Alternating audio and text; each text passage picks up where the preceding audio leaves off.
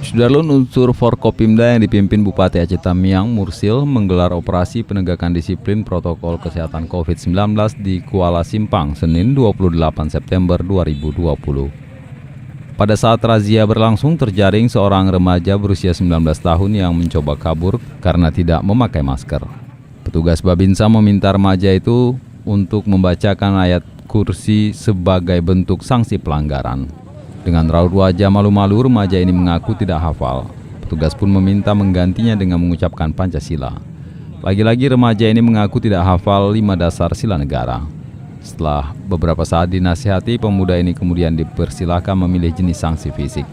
Remaja itu memilih melakukan push up namun tidak diizinkan petugas karena pertimbangan ada luka di telapak tangannya. Kemudian diganti dengan squat jump 20 kali.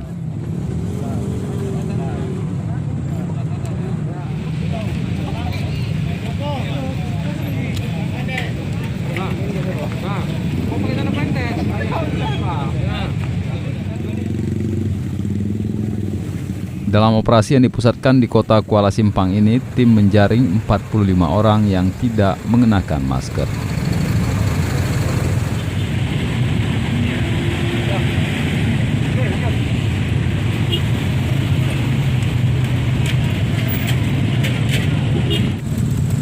Dari Aceh Tamiang, Rahmat Wiguna, Serambi On TV.